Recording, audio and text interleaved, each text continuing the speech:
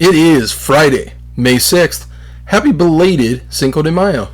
You're watching Right on Cue College Sports.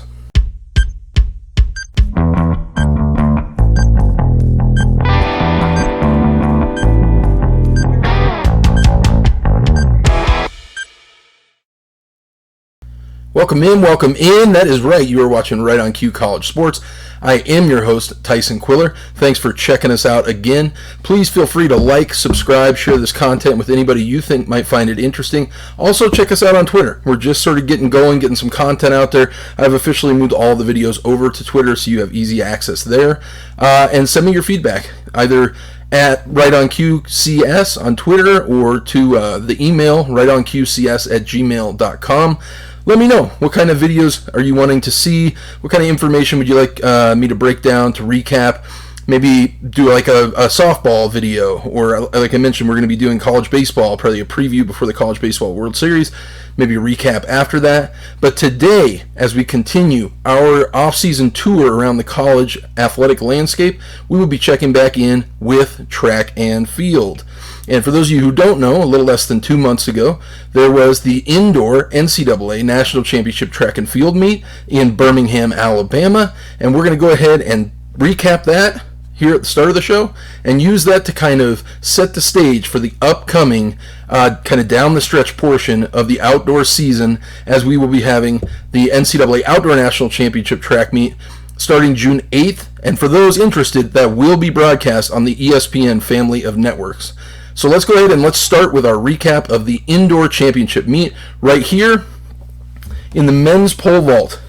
Princeton's Sondre Guttormson claimed the national championship with a vault of 18 feet 10 1/4 inches, beating out last year's second place finisher Zach McWhorter from BYU by 2 inches. Now, this was a bit of a downfield from last year's indoor meet when two vaulters jumped over 19 feet. You might remember 3 meets ago was when Mondo Duplantis had his massive, I think it was like 19 feet 8 inch jump to win the indoor national championships. But McWhorter himself was one of those 19-foot jumpers last year. He adds another second place finish to his resume. Clayton Fritsch from Sam Houston finished third on misses and currently posts the highest outdoor mark in the country of 19 feet and 1/2 inch. And Guttormson's brother Simon finished fourth. Kind of a neat little side note there, a little brother-on-brother competition in the Indoor National Championship pole vault meet finals there.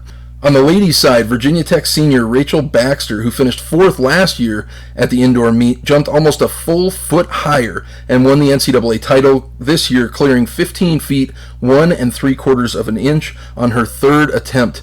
That is just 4 inches shorter than the NCAA record. Now check out this future star, Sydney Horn from High Point. She finished second, clearing 14 feet 7 1/2 on her first attempt, and she's only a freshman. Another freshman, Olivia Luking, finished fourth, jumping just 2 inches lower. Like I gotta tell you, the future is bright on the ladies' side of the pole vault equation here. Moving on, how about the long jump? Wayne Pinock had 3 jumps beyond 25 feet and passed on his last attempt. As for those of you who don't know track and field, that's when you know you got it in the bag. Like in basketball or football, when you pull the starters out and put the backups in, he knew nobody was beating him. And I didn't watch it live, so I'm assuming maybe he was one of the last jumpers, and so he just decided to pass because he already had the win in the bag. But he had the 3 jumps beyond 25 feet. And then he jumped 26 feet to secure his first NCAA title. Oh yes, he too is a freshman at Tennessee. Pinnock's teammate, junior Kerry McLeod, took second on a 25-foot 11 1/2 inch jump in his third attempt.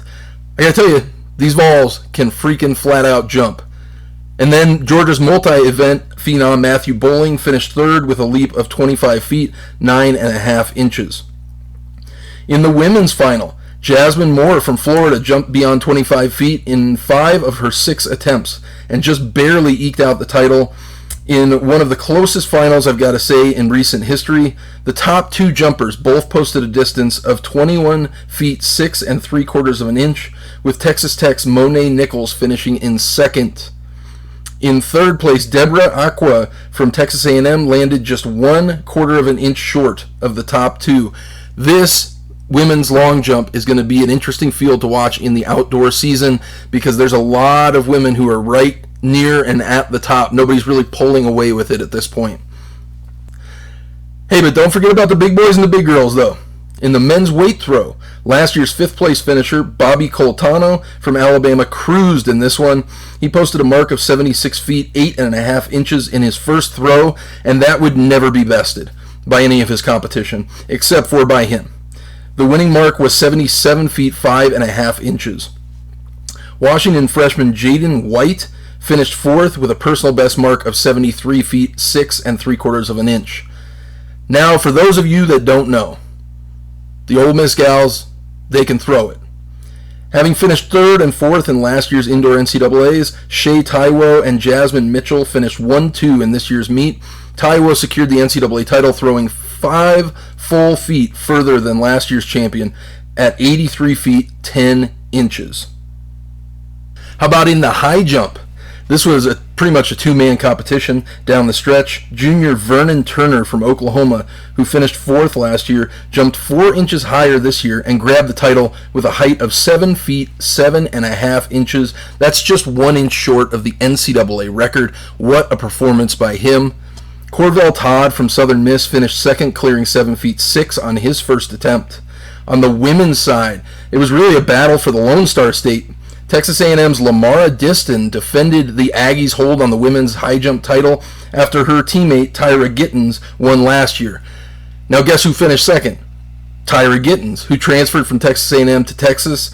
She finished 2nd. Diston cleared a height of 6'3.5". How about back to the big boys and girls? Arizona State Super Junior Turner Washington returned this year to defend his indoor shot put title, besting his championship mark by a full foot, throwing 71 feet and 1/2 inch this year. Texas senior Adrian Papyri has really improved dramatically since last year. He bested his mark from last year by almost 9 feet, securing the 2nd place finish with a mark of 70 feet, 9.5 inches. On the ladies' shot put side, Arizona State junior Jorinda Van Klinken has been on a mission all season, like her teammate Washington. This was not close at all, as she threw 59 feet, 8.5 inches in her first attempt. No other athlete would throw within 10 inches of that. But Van Klinken was not done, as she improved her mark by almost 3 feet to 62 feet, 7.25 inches to secure the national championship. So we had some really impressive performances from the field events. Obviously, I think a lot of you know that's near and dear to my heart. But why don't we now go check out what happened on the track? In just his 2nd season running at the collegiate level, USC senior Devonta Burnett has blistering speed and showcased it, winning the indoor 60-meter dash with a time of just 6.5 seconds. Indiana's Recoy Braithwaite improved his time from last year by a full 0.3 seconds, but he only finished 2nd for the 2nd consecutive year. That's tough. 2 years in a row now. We've talked about a few athletes who have finished 2nd in back-to-back years. That's a tough draw. You're right there. You are elite. So nothing to be ashamed about if you are Recoy Braithwaite. And check out who finished 3rd. Tennessee freshman Favor Ash, running 6.55 seconds, another freshman phenom. Now in the ladies' field, Kentucky junior Abby Steiner has been really on a tear kind of all year in the short sprints. But in the finals, Coastal Carolina sophomore Melissa Jefferson surged to the NCAA title, running 7.09 seconds. Steiner finished 2nd at 7.10. It was really kind of down to the lean at the line. And then another freshman phenom, Jaden Mays from Oregon, finished 3rd, running 7.11. This was really a tight finish in this one. Now, just like Steiner, a guy I was speaking about just a moment ago, Georgia's Matthew Bowling has really been on a tear in the short sprints after winning last year's indoor championships. But he also got knocked off in the men's 200-meter by North Carolina A&T's sophomore Javonte Harding. Granted, it was a much slower field than last year. Bowling ran a 0.5 seconds slower than he did last year, but he did still claim 2nd. And 2 really kind of young, talented sprinters from TCU finished 3rd and 4th. After dropping the 60-meter title, Abby Steiner from Kentucky regrouped to put together a fantastic 200-meter performance and defended her indoor title, running 0.2 of a second faster than she did last year and just straight blowing away the field. The LSU sophomore Favor Ofili had a solid performance, claiming second, but this was Steiner pretty much from wire to wire. In the men's 400, three-time All-American Randolph Ross from North Carolina A&T bettered his second-place finish from last year, running just 44.62. That's just 1/10 of a second off from the NCAA record, and he grabbed another national title. Surprisingly, he did not pull away, though, at the end with this one. Iowa freshman Genoa McIver, who's really making some noise in the outdoor season already, he kind of hung on Randolph Ross's hip the whole way, and he just kind of got out-kicked at the line, out-leaned at the line. The 400-meter men's field certainly has a bright future, as freshmen finished in 2nd, 3rd, 4th, and 6th place in this NCAA Finals race. In the women's 400-meter, Florida freshman Talitha Diggs ran away with this title, posting a personal best of 50.98. It's pretty impressive when the women get under 51 seconds. A pair of juniors from Texas, Kennedy Simon and Stacey Ann Williams, finished 2nd and 3rd, respectively. That one was tight. That was kind of a photo finish at the line for 2nd and 3rd. Colorado State junior Lauren Gale, who held the fastest time for much of the indoor season. She really saw some great talent arise down the stretch of the season in the field, and they kind of overtook her right towards the end of the season, indoor season here, as she finished 8th with what was a new Canadian record time, 51.64. Hey, congratulations to Lauren Gale on a tremendous indoor track and field season. She's already looking pretty impressive in the outdoor season. I believe her best time in the outdoors so far is 51.99, which lands her 13th currently on the NCAA qualifying list for the outdoor championships. Now back to the action. The men's 800-meter was controlled for most of the race by the Texas A&M sophomore Brandon Miller, who locked in his first NCAA title with a time of 1:47.19. This was a completely new field, kind of an oddity here. Not one single runner from last year's final made it again this year. The Texas junior Jonathan Jones ran 1:47.93 to claim second. He has been quite impressive in the outdoor season so far. Last year's 4th place finisher on the women's side, Lindsey Butler from Virginia Tech, outstrided BYU's Claire Seymour to claim her first NCAA indoor title, going 2:01.37. That was just 0.6 of a second faster than Seymour. This was a very upperclassman-laden field. Look to the outdoor competition to be really, really strong and deep as we approach the outdoor national championship meet. Now, when it comes to the long-distance races, Northern Arizona, I think they just might have replaced Oregon as the class in the country.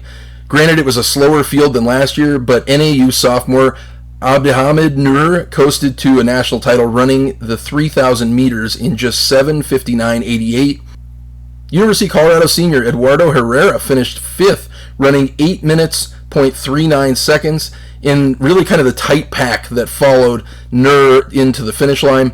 Congratulations to Eduardo Herrera, really making us Buffs fans proud. I'm trying to get your success out there for more people to see. We've got some really, really talented athletes here in the state of Colorado who are out and performing at a high level. Now, in the outdoor season thus far, Herrera has posted the 4th fastest time in the country in the 5,000 meter at 13:20.30. He could be a real national title contender, I think, here in a couple of months. We'll see if it happens like with Lauren Gale, where the field kind of surges to catch up to him down the stretch. In the women's 3,000 meter field, youth really showed up in a big way. Oklahoma State sophomore Taylor Rowe tore out to the lead late in the race and never relented. She crossed the finish line in 8:58.95, almost 3 seconds faster than last year's champion. This was a quick race this year, and that secured her first indoor NCAA title. However, not too far behind her was the freshman phenom Caitlin Toohey from North Carolina State, who also bested last year's champion time by 2 seconds, finishing second in this year's race. In the men's 60-meter high hurdles, Florida State senior Trey Cunningham was the class of the field. After finishing 3rd last year, he claimed his first NCAA indoor title with a scorching time of 7:38, just 0.03 of a second slower than the NCAA record. We had a lot of really impressive performances this year at the indoor meet. This dude is ready for the pro circuit, in my opinion. North Carolina A&T had 2 runners in the finals. They're a really impressive program, with freshman Leonard Mastari edging out Arizona State freshman Jamar Marshall Jr. for second by 1/100th of a second. Now, Florida sophomore Grace Stark burst out of the blocks and crushed the field, tying the NCAA record on the women's side of 7.78 seconds and claiming the NCAA title. In second and third, Kentucky's Masai Russell and Central Florida's Renaya Jones were separated by just 4/1000ths of a second. You want to talk about a photo finish. 4/1000th of, that's like right here. Can you tell the difference? Okay.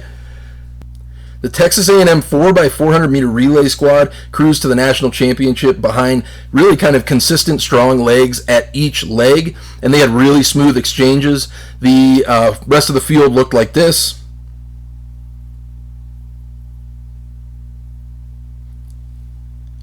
Likewise, the Arkansas Razorbacks 4x400 team on the women's side cruised to really kind of a dominant win, due in large part to a strong last leg kick from Paris Peoples.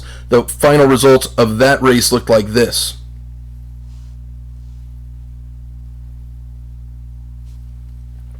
Now, how about the best athletes on earth? You know them, you love them. Men's heptathlon, women's pentathlon. Arkansas sophomore Aiden Owens jumped 15 feet 11 inches in the pole vault, which is the second to last event, and finished off the competition running 2:31.55 in the 1,000 meters to claim his first indoor national title. Here's how the results looked for that.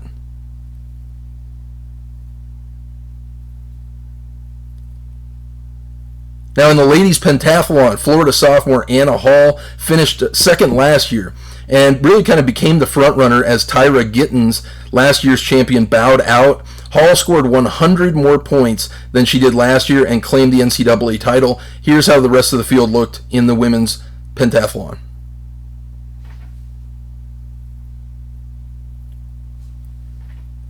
Ultimately, the Florida women won the team national championship, beating out Texas by 12 points.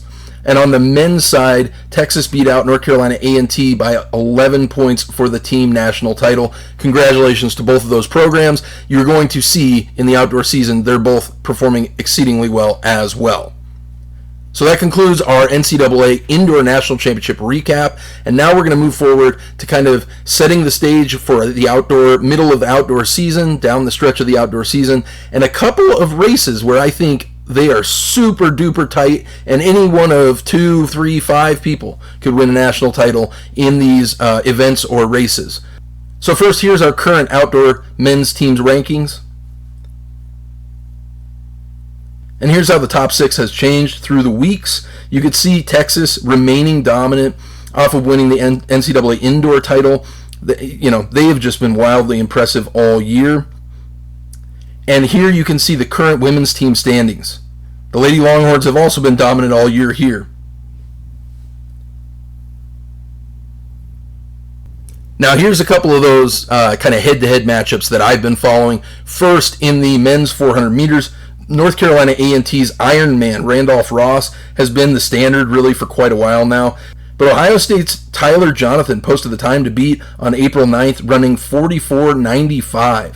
Since then, Ross has tied that mark, but these two are supremely talented. Side note, Iowa's Genoa McIver, who I mentioned earlier, bested both of those marks, running a 44.74, and so did Texas junior Jonathan Jones, posting a mark of 44.79. This field is just going to get faster and faster as we come down the stretch. It's pretty exciting to watch. Next, we have an exciting battle between young, talented sprinters in the 100-meter field. Tennessee freshman Favor Ash continues to improve, posting the NCAA leading 9.79 mark last weekend. But like I mentioned, Georgia's Matthew Bowling and Oregon sophomore Micah Williams, they just aren't going away, as there are now 4 runners below 10 seconds already on the season. Bowling is also in a dogfight for the men's 200-meter title with Florida's Joseph Fonbla, both posting a time of 19.92 on the season. This really seems like kind of a two-man field at this point. How about what I'm following on the women's side? In the 100-meter dash, Kentucky star Abby Steiner has posted a time of 10:92, 100th faster than LSU's Favor Ofile at 10:93. Since then, though, USC's Celera Barnes and Arkansas's Jada Baylark have run 10:82 and 10:83 respectively. This field is going to be wild and fun as well. Keep your eyes peeled on the women's 100-meter dash. Now, how about the women's 800-meter? This one seems to be shaping up into really kind of a two-athlete field as well, with LSU's Katie Ann McDonald and Kennesaw State's Sarah Hendrick, both posting a time of 2 minutes and 9.98 seconds. Sintavehu Visa is probably their closest competition or challenger out of Ole Miss. Keep an eye out for her to maybe make a run here. Now let's wrap up the show with this, the men's triple jump. Back to my favorite, the field events. Tennessee State's Relazan Brumfield, Virginia's Dwayne Owens, and Emmanuel Ihmenji from Oregon are the only three men to jump 54.5 feet or further this season. That is going to be a fun field to watch. Quick programming note, the men's and women's outdoor national championship meet will be televised on the ESPN family of networks. I should have that up here somewhere on the screen. Take a screenshot, take a snapshot.